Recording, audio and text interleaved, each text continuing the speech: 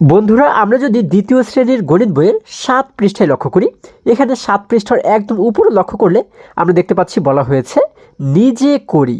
দেখো ১ নম্বর প্রশ্নে বলা হয়েছে নিচের সংখ্যাগুলো পড়ি ও কথায় লিখি।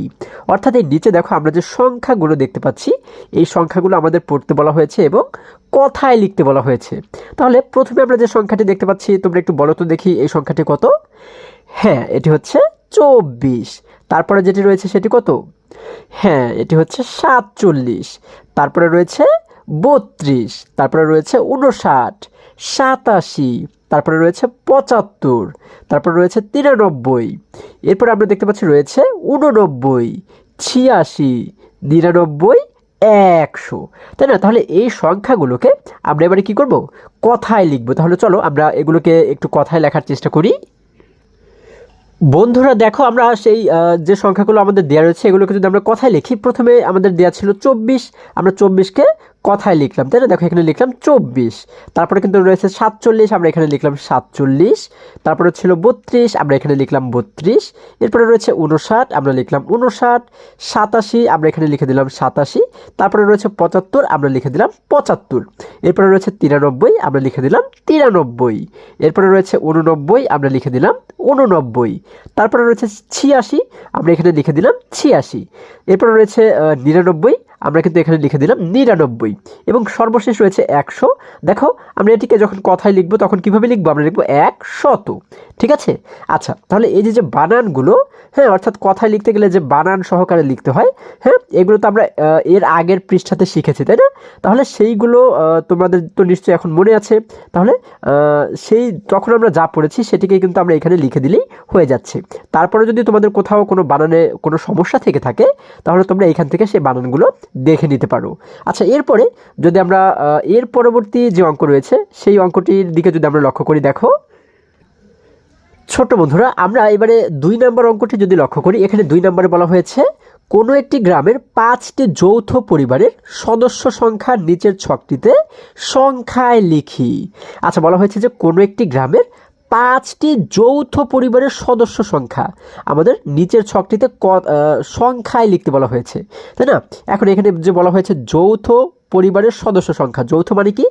যৌথ মানে কিন্তু সেই পরিবারকে বোঝায় যে পরিবারে বাবা মা, দাদা দাদি, তারপরে হচ্ছে কি, তারপরে হচ্ছে কাকা কাকি সবাই মিলে একসঙ্গে যে পরিবারে বসবাস করে সেই পরিবারকে কিন্তু বলা হয় যৌথ পরিবার। ঠিক আছে? আচ্ছা, তাহলে এরকম ৫টি যৌথ পরিবারের সদস্য সংখ্যা আমাদের নিচের এই ছকে কিন্তু লিখতে বলা হয়েছে। অর্থাৎ দেখো আমরা যদি প্রথম ছকটি লক্ষ্য করি, এখানে বলা হয়েছে কি পরিবার ১ নম্বর পরিবারে দেখো আমাদের কিন্তু দেওয়া রয়েছে ১৬ জন সদস্য রয়েছে, তাই না? আচ্ছা, তাহলে ১৬ জন সদস্য এখানে কিন্তু আমাদের এটি একটি উদাহরণ আমাদের কিন্তু এখানে দেয়া হয়েছে, তাই না?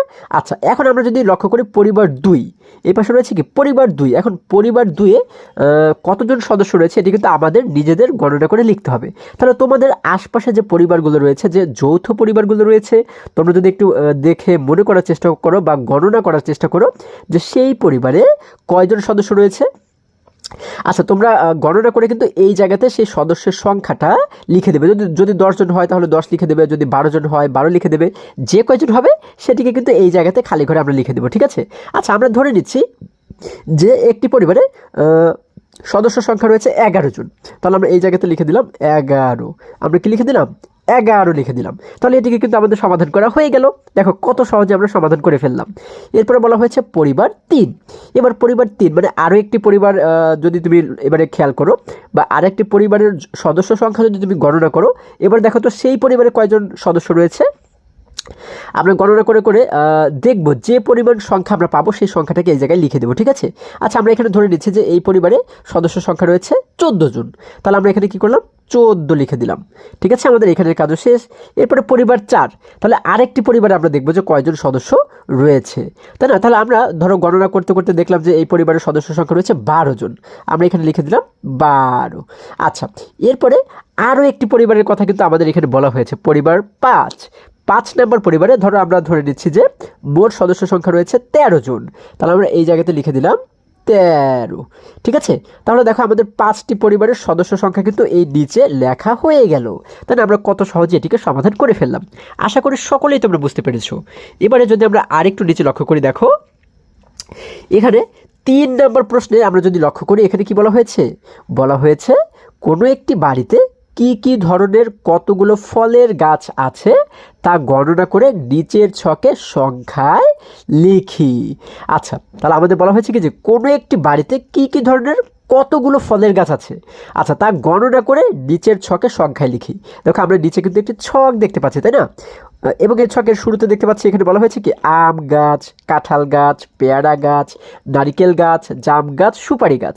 আচ্ছা, তাহলে এখানে কিন্তু আরও দুটি ঘর আমরা ফাঁকা দেখতে পাচ্ছি, তাই না? এখানে কিন্তু আরও দুটি ফলের গাছের নাম আমরা লিখে দেব।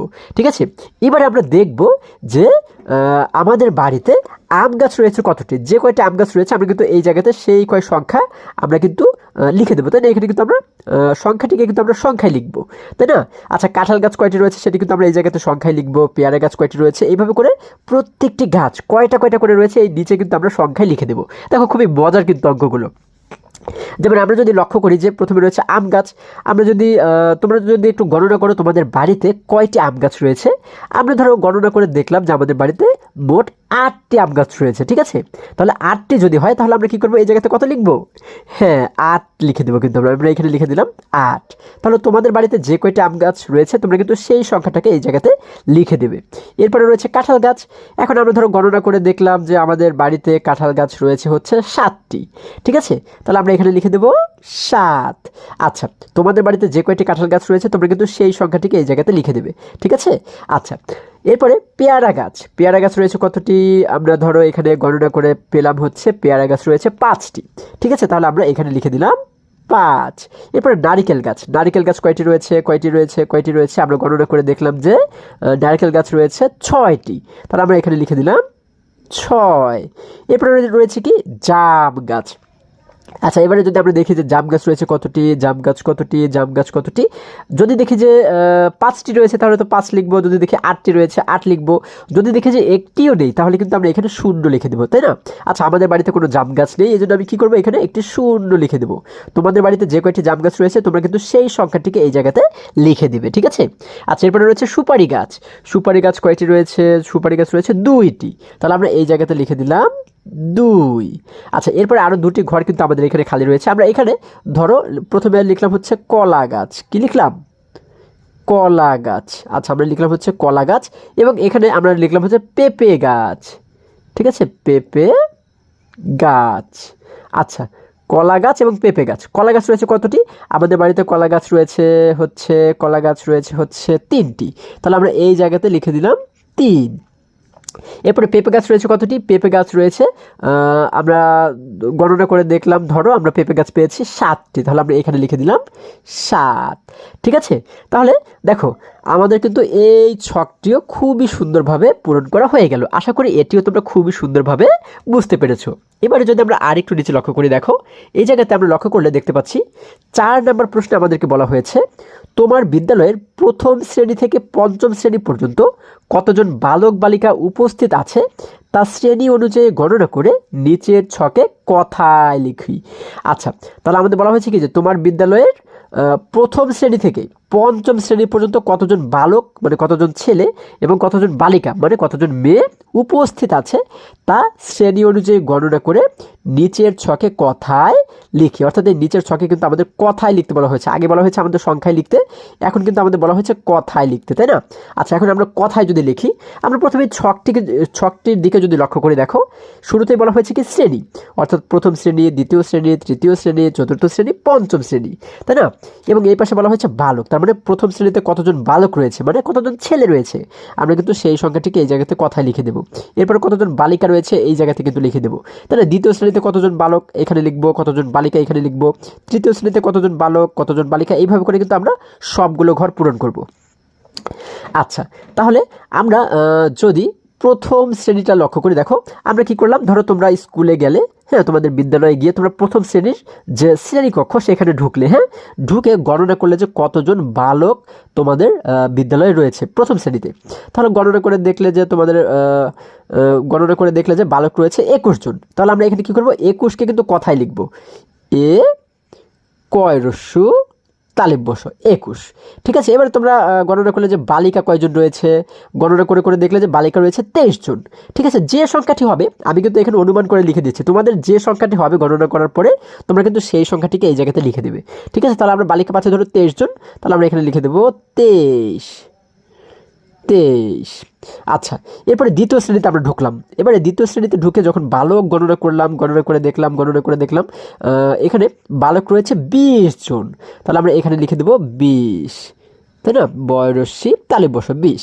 এরপরে যখন আমরা বালিকা গণনা করলাম দ্বিতীয় শ্রেণীতে, তখন গণনা করতে দেখলাম যে এখানে মোট বালিকা রয়েছে 24 জন। তাহলে আমরা এখানে কি লিখবো, আমরা লিখবো হচ্ছে 24, তাই না, আমরা এখানে লিখে দিলাম 24। এরপরে আমরা ঢুকলাম হচ্ছে তৃতীয় শ্রেণীতে, তাই না, তৃতীয় শ্রেণীর যে শ্রেণীকক্ষ সেখানে আমরা প্রবেশ করলাম এবং সেখানে গিয়ে আমরা যখন এবারে বালক গণনা করলাম, গণনা করতে দেখলাম যে বালক রয়েছে কতজন, আমরা ধরো বালক এখানে পাচ্ছি হচ্ছে 25 জন। তাহলে আমরা এখানে লিখবো হচ্ছে 25, দেখো আমরা এখানে লিখে দিলাম 25। এরপরে যখন আমরা তৃতীয় শ্রেণীর বালিকা গণনা করলাম, বালিকা গণনা করতে দেখলাম এখানে বালিকা রয়েছে হচ্ছে কতজন, 21 জন ধরো। তাহলে আমরা এখানে লিখে দিলাম 21। ঠিক আছে, আমরা এখানে লিখে দিলাম 21। আচ্ছা, এরপরে আমরা এবারে চতুর্থ শ্রেণীতে ঢুকলাম, তাই না, চতুর্থ শ্রেণীর শ্রেণীকক্ষে গিয়ে আমরা যখন বালক গণনা করলাম, তখন আমরা বালক গণনা করতে দেখলাম বালক রয়েছে কতজন, 27 জন রয়েছে ধরো, হ্যাঁ, আমরা ধরে নিচ্ছি 27 জন বালক রয়েছে। তাহলে আমরা এখানে লিখে দিলাম 27। এরপরে আমরা যখন বালিকা গণনা করলাম, বালিকা গণনা করতে দেখলাম যে এখানে বালিকা রয়েছে 22 জন। ঠিক আছে, তাহলে আমরা এখানে লিখে দেবো হচ্ছে 22, আমরা এখানে লিখে দিলাম 22। এরপর আমরা একই রকমভাবে পঞ্চম শ্রেণীতে প্রবেশ করলাম। পঞ্চম শ্রেণীতে গিয়ে যখন বালক গণনা করলাম, দেখলাম যে বালক রয়েছে কতজন, আমরা ধরে নিচ্ছি যে বালক রয়েছে সেখানে কতজন, 26 জন। ঠিক আছে, আমরা লিখলাম 26, দেখো আমরা এখানে লিখে দিলাম 26। আচ্ছা, এরপরে যখন বালিকা গণনা করলাম, বালিকা গণনা করতে দেখলাম আমরা বালিকা রয়েছে এখানে কতজন, এখানে বালিকা রয়েছে আমরা ধরো এখানে বালিকা খুঁজে পেয়েছি হচ্ছে কয়জন, ধরো আমরা পেয়েছি 24 জন। তাহলে আমরা এখানে লিখে দিতে পারি 24। আচ্ছা, এইভাবে করে কিন্তু আমরা এই ছকগুলো পূরণ করতে পারি, খুবই সহজেই কিন্তু পূরণ করতে পারি, তাই না। তাহলে আশা করি আজকে সম্পূর্ণ অঙ্কগুলো তোমরা খুবই সুন্দরভাবে এবং খুবই মজায় শিখতে পেরেছো। বন্ধুরা, আজকে আমাদের এই পর্যন্তই, আবারও দেখা হবে পরবর্তী ভিডিওতে। আর হ্যাঁ, তোমরা যদি আমার চ্যানেলে নতুন হয়ে থাকো তাহলে এখনই চ্যানেলটি সাবস্ক্রাইব করে পাশে থাকো, যেন আমার যে কোনো ভিডিও আপলোড করার সাথে সাথে খুব সহজেই তোমরা সেটি পেতে পারো। সকলে ভালো থাকো, সুস্থ সবল থাকো, এই কামনা করে শেষ করছি। ধন্যবাদ সকলকে।